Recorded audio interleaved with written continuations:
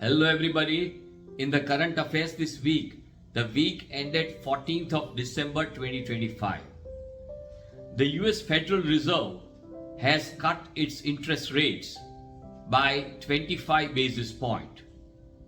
Whenever there is a cut in the interest rates in the US, it has a domino effect across the world, including countries like India.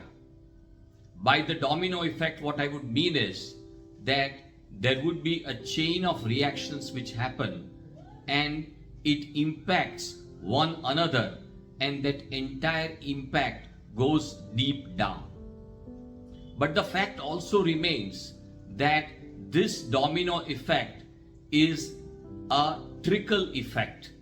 By that, again, what I would mean is that it takes time for this entire impact to really reach at the ground level. But yes, it has an impact. And the impact, as it has been in the earlier times whenever there is a reduction in the rates of interest in the US, is that the US dollar would weaken marginally. The reason is that whenever there are high rates of interest in the US, the capital world over gravitates, or rather moves towards the US, for the reason that it is a safe interest rate, which is a high interest rate that capital can fetch. So people feel that rather than keeping the money anywhere else, it makes better sense investing in the US. Then whenever there is a reduction in the interest rates, slowly, steadily, monies move away from the US to the balanced part of the world, especially the emerging markets. So there is an outflow of dollars from the US, leading to the weakening of, or rather a mild weakening of the US dollar. But then it leads to the strengthening of the global currencies like the Indian rupee, when monies from the US or dollars from the US come to India. Obviously, when there is a reduction in the interest rate in the US, it means cheaper home loans and business loans for everybody who is operating and is in the US.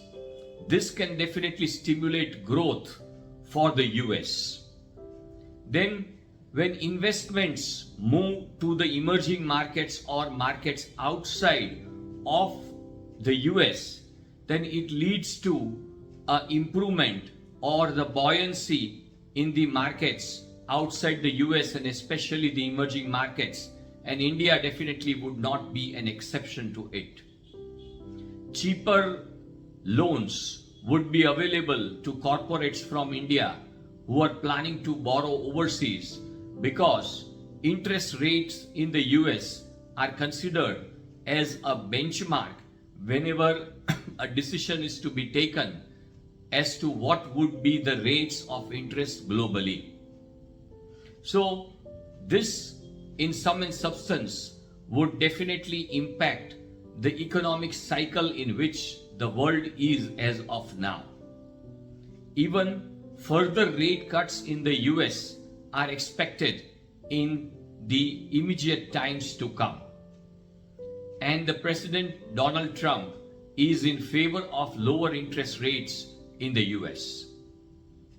Insofar as the Indian stock markets are concerned, it was in a negative zone all over.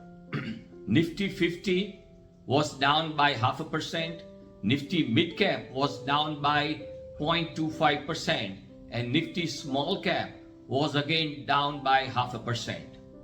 FIIs were sellers to the extent of 9,200 crores. DIIs were buyers to the extent of more than 20,000 crores.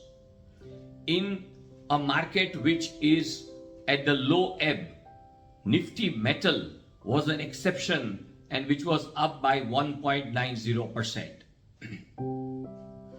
In the commodity market, Brent crude reached a level of $61 to a barrel, which was down by 4% in just 1 week.